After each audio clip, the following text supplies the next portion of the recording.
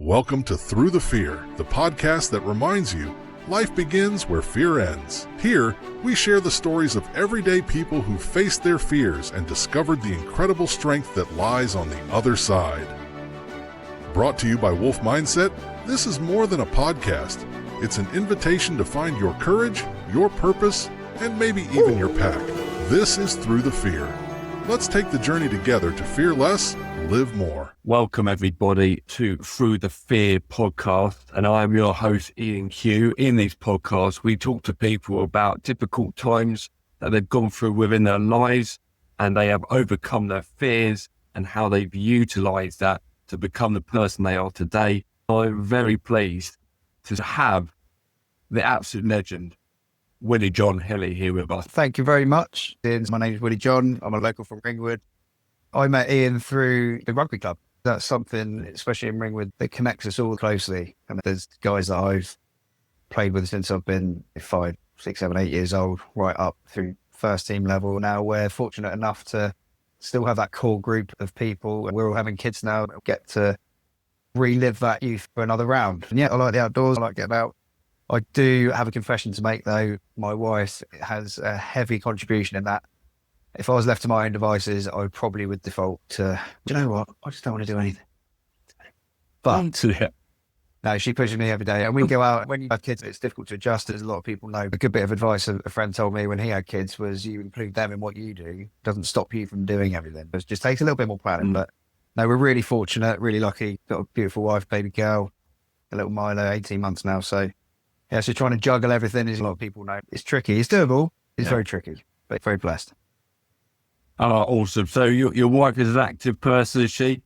Yeah, I love it, but sometimes it's like, imagine going on holiday and 99.9% of people would be like, you know what, let's have a beer and just lie on a sunbed. I can't do that for more than a day or so. But she's like, we're doing a 40k bike ride. We're climbing up a mountain. We're doing this. And I'm like, oh, it's 40 degrees, please. But no, she's super active and it's great. She loves being outdoors. It forces me to do that, and it gives Myla a great springboard to be outdoorsy and explore, which is amazing. So you still mates with your friends from school? They're all local still? I would say 75% of us, really. This is how small town it is. People grow, people move away, people do their thing. It's a natural thing. And a few of my friends have, a lot of them drift away and come back. But about 5 or 6 of my closest mates basically left school and just worked at a place called Henderson Bearings. Shout out to Henderson Bearings on Croarch Industrial Estate in Ringwood. They've worked there literally since school, like 20 odd years now. And for me, I was too close to home. I wanted to venture out and do other bits and pieces. A few have moved away, but especially the rugby lot, your Ben Warrens, your Henry Bensons, Charlotte Benson, Mal Warren, we all grew up together. We've got daughters now. Henry won't mind me saying it. He's expected his first Henry and Smithy around Christmas time. Charlotte and Ben, their daughter's a month younger than ours. So they're literally so much. They're doing everything together, which is incredible. Really lucky to have that. I call it my family. It's an extended family. It's really powerful. I absolutely love being part of that community and watching that grow and giving a bit back to it as well, especially the rugby club. What do you think of the school system these days? I think education in general, if we're going back there, I think it started before that. So we have the Industrial Revolution to really thank for that. That's when things started going, okay, we're going to scale this. It's not just John or Fred in their shop making horseshoes. Automation came in. Production came in, mass production came in, and you had your elite guys like John Rockefeller. I can't remember the American one. Henry Ford. Those kind of guys were the elite that had the capital to set these businesses up. You're not paid to think, sorry, you're paid to do your 9 till 5, get the house, get the mortgage, and it's where society wants you because they want you contributing, they want you paying your tax, they want you paying your mortgages off. But really and truthfully, you got the elite lending the banks some money, all this sort of stuff. It just makes more and more money. So it does institutionalize you from a young age, but I also think at the time, child labour, wasn't it? There's a lot of kids working there. And I think realising that we should probably try and get a better quality of labour or better quality adult, we should start educating these kids because they're dying quite young and we need them to know what they're doing, really. In terms of today, I don't know enough about it to give a true comment because I don't have kids that are old enough in school yet. I knew a lot of my friends are teachers, some head teachers, some various levels of teaching. If we thought school was hard when we went to school, it seems like everyone has a direct line to the teacher. Social media has a place in it. And quite frankly, a lot of the teachers now get the brunt of entitled kids. That's my opinion from what I've heard so far. A lot of entitlement there. There's not a lot of power they have anymore. And also the parents can be difficult as well. It's the kids and the parents, so you've got direct lines to the teachers now, which is good in some sense, but the parents are always biased. So kids are always the best thing ever, aren't they? Yeah. But when you've got, like, I had a friend of mine, a really close friend of mine's wife, he was a head teacher, he recently knocked on the head. She was the most stressed I've ever seen someone. Quite young going into it, and she got battered, absolutely battered. Every decision. So not only do you have it from the staff, it's different head teacher, you got it from the staff, you got it from the pupils, you got it from the parents, you got it from the board of governors. And I'm like, what? How'd you do it? She jacked it in the end. I don't blame her, but it's very difficult nowadays. You've got all these other, I don't know how to say it, but just a totally different time. It's a totally different time we live in now to when we went to school, which is good and bad. Yeah, so the thought process I came about was because there's so many conflicts on social media, people saying this is the way, this is the best way. Before social media, we just got on with it, didn't they? But there's so much opinions and thoughts about the best way of doing things. How was your school journey, Willy John? What was that like? It was generally, looking back on it, it was awesome. It was cool. Yeah. Especially my last sort of years coming out of secondary school. It was amazing. You get to play rugby, you get your mates every day. You don't realise how cool it is until you leave and you think, oh man, I've got to work. I've got to basically do something now that I don't really want to do. People are going to take money from me forever. And it's quite a big jump, isn't it? I'm originally from Kent. So we moved to Ringwood from Bromley in Kent in 98, I think it was. I was 8 years old. So I already had friends in London or Kent in year 3 or year 4. You've got your group of friends. That's your home. That's what you're used to. That's all you know. So I remember that being really difficult. I really have a strong affiliation with home. That's my ground and my centre. If that's not right, everything else, you can just forget it because my platform's not right. So that was a bit of an upheaval. We moved from there to Ringwood. My grandma and granddad moved to Ringwood from 6 years ago. So we used to visit them every summer holiday. So we knew the area really better than where we live because it was a lot safer. We used to come down every summer holiday.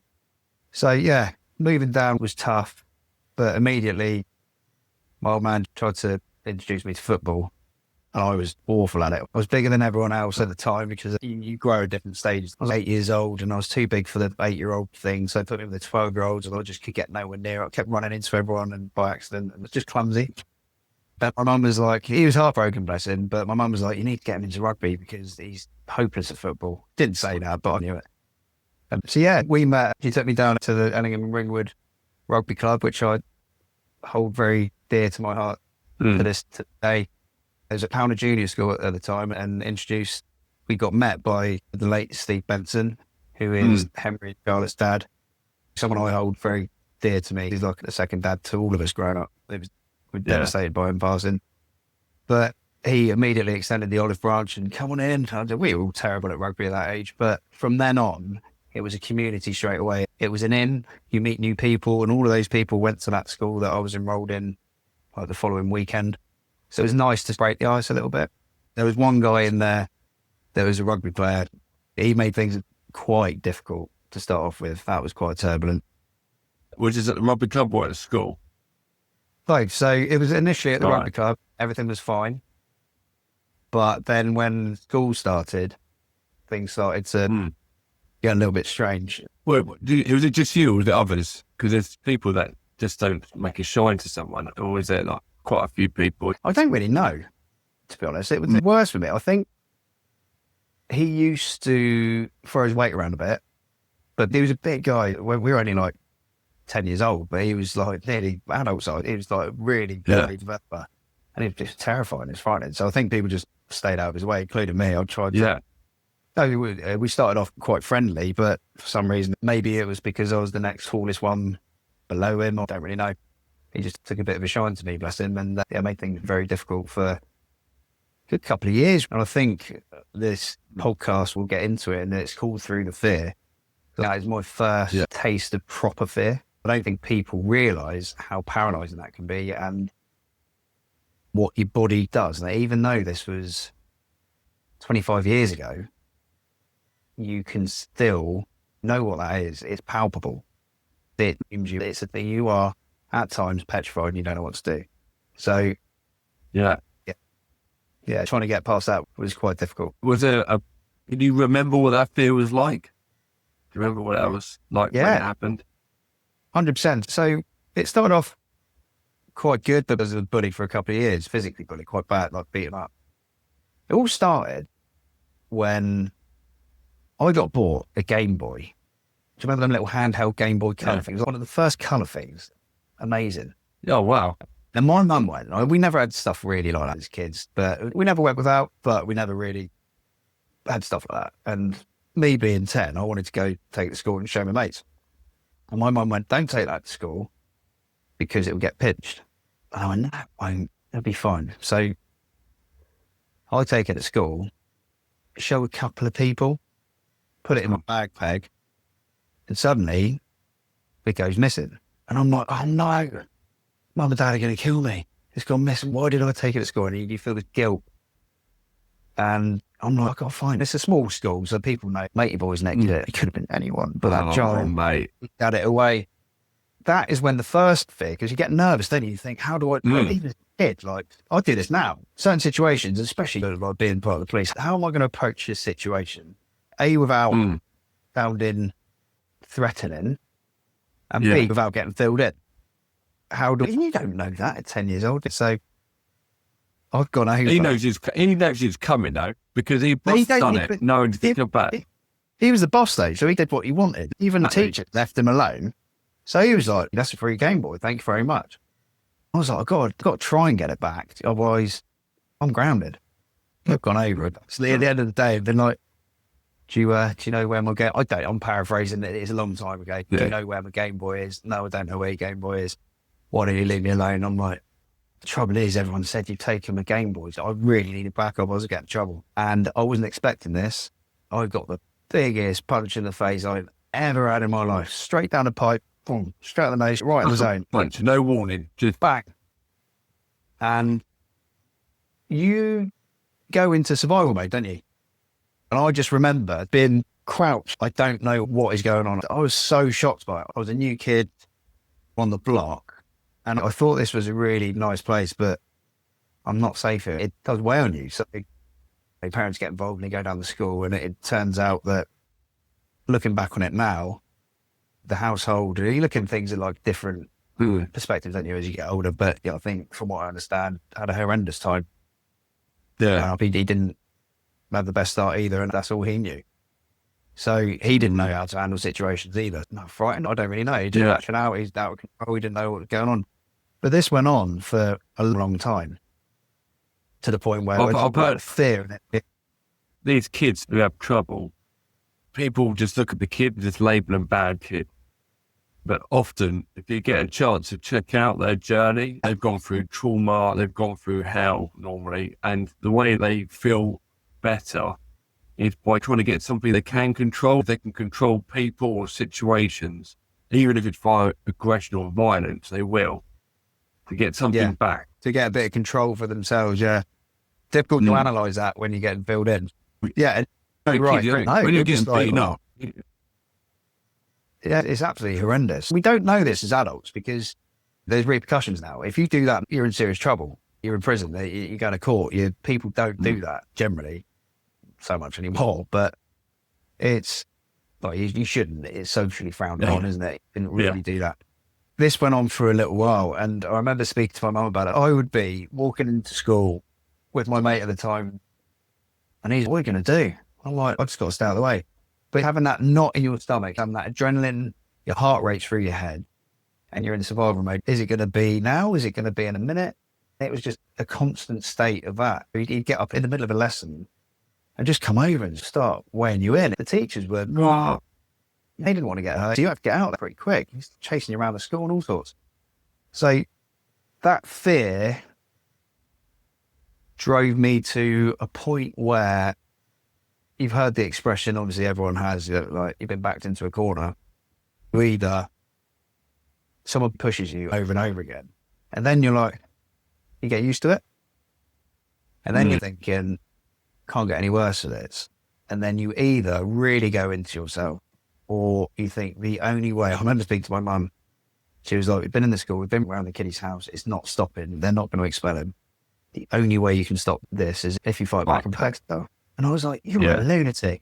I'm not doing that. He's already mad. He's already weighing me. What if I get it wrong and make it even worse? She was like, it can't get any worse. I'm thinking he can kill me. Genuinely. If people aren't watching, mates won't interject because he's massive. They don't want to get out. It got to a point where I was just so tired of it and so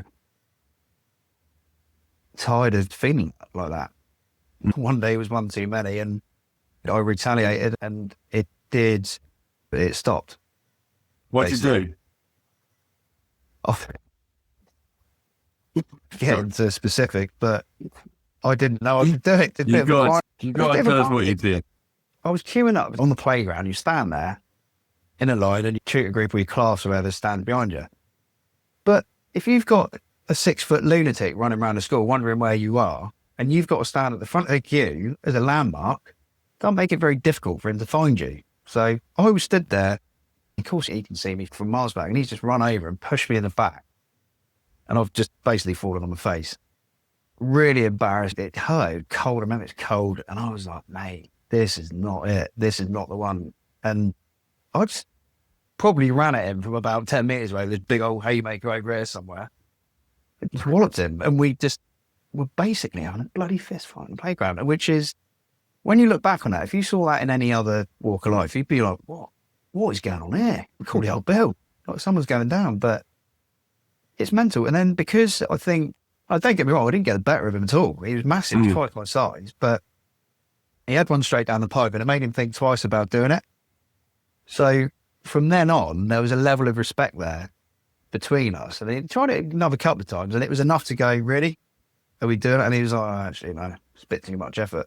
As we grew older, we played rugby together and he was still a lunatic. He was very handy to have on your team. We had that respect and it worked it out. But yeah, looking back on it, you tend to bury that sort of stuff, don't you? You don't really think on it, but it's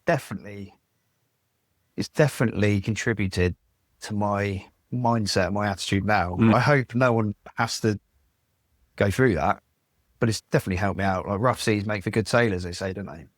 A lot of people go through bullying, didn't they? That's the trouble. Whether it's physical, mental. I'd say we had a rough time at school with some people. I remember one class hiding a load of books down my clothes. Because every year for birthday beats, I was famous for getting the worst birthday beats in the school. But the thing is, I don't help myself. I don't help myself because it was so bad that the teachers knew about this. It got around. So they let me go early. They let me leave the class. And I had all these books tucked around my jumpers and my legs and stuff. And instead of leaving to go home, I go to the other class. I go to the door where everyone's in the class, the naughty ones were, and I look through the window. And the bell goes, and then all students from one side come out, and all students from my left side come out. I go, oh man, I'm stuck, trapped now. They all just deck me, like about 20 kids trying to get a punch in. And I'm going, and one of them goes, this ain't working. Why is it not working? And one goes, it's got books. And they're trying to strip me off in the hallway to get these books out. Kids, it's primal, isn't it? They're still learning. It's the pack mentality. It's the herd mentality. When you see one person do it, you're figuring it out. But you want to get all of that out of your system as a kid because you can't do it as an adult. It just sucks when you're on the end of it. If you get more than 4 adverse childhood experiences, it actually stops their brain developing as it should. The trauma stops the brain doing it, and they act out. And they act out because of the way their brain is being developed. You can recover, but it's a choice in a graft. There's lots of work around ACEs. Yeah, something to look up, mate. It's quite hard hitting because they say those who've got over more than 4 ACEs have got more chance of not making it to past 40, and heart disease and drinking to numb the pain, smoking, all that sort of stuff. self-medication. It's horrendous, isn't it? I'm just so sad that it still goes on. But again, a lot of it is from the experience I've had with it. A lot of it is learned behaviour. That's all you know. Did you get your Game Boy back?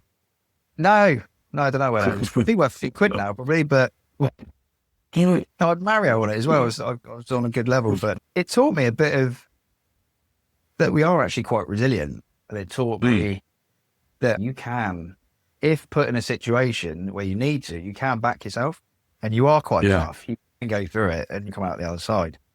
It teaches you all sorts of. I've said this before. I probably said to you when we've had our little business meetings, as we like to call them, little board meetings in the elm tree. But it teaches you that there's very distinctively two types of people in this world. There's hammers and nails, and it is important to try not to be the nail, because people will take advantage of you. I say to my wife all the time, she's like, "Why this doesn't solve anything?" I truly believe that. When you're in a situation like that, like I've been in, and it's your only option, what else you got to make it stop somehow. So it teaches you. I've got a question. This is one of my trouble. Kids these days, they carry knives and stuff like that, and you never know what's going to happen. If we're disciplining kids, sometimes you've got to fight back. I generally think you've got to defend yourself and fight back. But how awful would it be if someone fights back, another person doesn't fight fair and pulls out, a weapon and uses it on them? You then got to think, is the right thing to fight back and defend yourself, or get beaten up because of what these kids carry these days? And what would I do? If I was a kid, I would probably now want to fight back with the understanding of the consequence that could be, but having that rules and pride which will take me through the rest of my life, rather than if you roll over, it's a risk. It's a risk, isn't it? Trouble is in life and business, if you let people take advantage of you, they will, because it's an easy target. Some humans out there aren't very nice, but at some point you do have to do that. It's the landscape nowadays is totally different. Now, if you apply that question to me back in the day, as a guy that's bigger, physically dominating you and beating you up, if I had a knife back in the day, you don't know, do you, until you're in that situation? Yeah. But the trouble is the landscape's totally changed, and from what I understand, that's the norm. People are doing that. But is it made cool, or is it dramatized by social media and certain cultures? I don't really know, but that is a worry. I worry about that with bringing kids into the world now. I think that's quite a common thing with our generation, with what we bring our kids into. Don't know, you got people injecting people in bloody clubs and stuff like that, and women going missing and things like that. There's a lack of respect for women in general, which is disgusting. But yeah, the whole knife culture thing, I don't get it. Back in the day, I'm 35, but the worst that would happen is you might run into some trouble, and you might get black eye or something. I don't know. But nowadays, the consequences are a lot more. And as a kid, you don't fully understand those consequences. It's bizarre.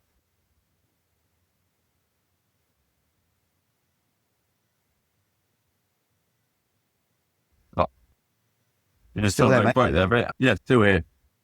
So, what I like about some of these people that aren't fit, are you still there, or frozen? We still hear you. Can you still hear me? You can still hear me, okay. Oh, yeah, we're still here, cool. We can crack on. Yeah, man. What I like about it is that some of these bunnies, who aren't kind, give it 10 years, and then the person they bunnied is bigger and tougher because of what's happened. Like, how tall are you now? Don't know, probably 6 foot, I would say. Thick build, but that's rugby. Yeah. No, I think I'm 6. I don't measure myself too often, but I guess 6 foot, 100 kilos maybe. You're a lump, so you could take on most people now. Bring it. That's not about that though, isn't it? I think it's about confidence, isn't it? It's about when you're tested like that. Yes, there is an element of, do you know what? I'm going to make myself so people don't do that to me anymore. I'm okay with being the hammer and not the nail in that sense. I would never go around. I hate bullying. I would never go around and take advantage of people. It's one of my pet peeves, and I will interject if I see that. It's just knowing more about yourself, and now you've got the tools to know that it's just a bit of self-confidence. It's the way you carry yourself. It's the way you talk to people. Instead of cowering and being like this, having your chest up, having your chin out, and being like, actually, no, we're good. I'm good. I hate to say it because all the older generation say, oh, I respect character building. getting beaten up is not character building, but there is an element of truth to it that if you do go through, and it doesn't have to be physical, but rough seas make for good sailors. If you go through a tough time, it's like starting a business. It's boring at times, it's frustrating, but you keep doing it. You keep having some setbacks. If you were just going to give up or cower, then what's the point?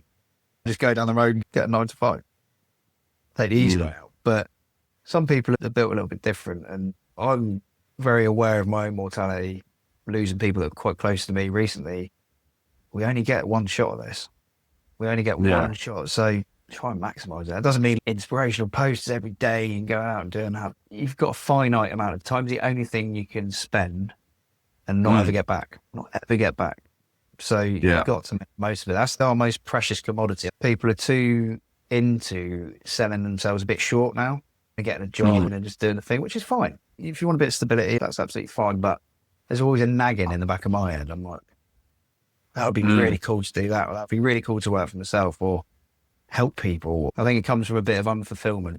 Don't know whether you'd ever react to film, but we'll give it a good crack, won't we? That's the whole project, isn't it? That people go through fear and sometimes they let that define their life. Even if they escape it, they just let that, the victim mentality or the kind of, I'm happy I'm out of the fear, I could just plod along. And this includes anxiety and stress, whatever it is it's overcome. People just go, this is mediocre and I'm happy with that. And really it's about what else is out there for you. You know, this is where adventures start. It's something I've been more coining. I'd say you've got through all that. Now let's start the adventure. And that's what I like about this mentality that you've got. It's about, let's tackle these things. And the more we tackle, the more we can explore. It sounds like a tough old school time that you went through, Willy John. And I wonder how much of that molded who you are, because you mentioned you won't take that anywhere. I like that. I don't like bullies. No, most adults don't like bullies. There are still some adult bullies out there. They never really come out of it. Tell us a little introduction to how it started your business. And what I'm thinking of doing is doing a second podcast to this next level. So how about that? Yeah, that's amazing. Thank you. So it came, actually, now you mention it, that experience all those years ago has definitely shaped me into doing what I do today with Calco, Culture and Leadership Company. Because unfortunately, in corporations and business world, you still get people that get a little bit of power. I'm sure you have it in the police as well, and in the public sector, they get a little bit of power, they get a little bit crazy with it, a little bit mad with it, and it creates, without a good culture, you can forget it. Nothing else works, because people don't want to be there. People don't want to be part of it. People don't feel fulfilled. They don't feel a sense of belonging, and they resent where they are. They just take the paycheck and they're like, do you know what? No, I just want to get my work done, get out of it, especially in production. So that's driven me, not just because of people misusing power or anything like that. That is a part of it. But I'm very interested in, we get a group of people to pull in the same direction, especially like your military guys, a rugby team. You look at a leader like Martin Johnson in 2003, or you look at Erasmus. What about them makes people sacrifice themselves for the greater good, for this vision, for this thing? It's not tangible. We can't touch it. They're creating, Andy Farrell, another rugby one, they're creating an atmosphere. They're creating a culture in which people can grow, be themselves, be authentic. And you get the best out of people in doing that. And they all pull towards the main objective, which is so hard to do because you've got different people in different walks of life, especially in business, because 9 times out of 10, you've got a group of people that haven't got anything in common. They're there because they've been employed to do a job that, let's be honest, 90% of them probably don't want to do, but they got bills to pay, so they got to do it. How do we maximize that? How do we recognize that? And how do we maximize it and create a little springboard off of, actually, I don't mind going to work. It's pretty cool. I like the people I work with.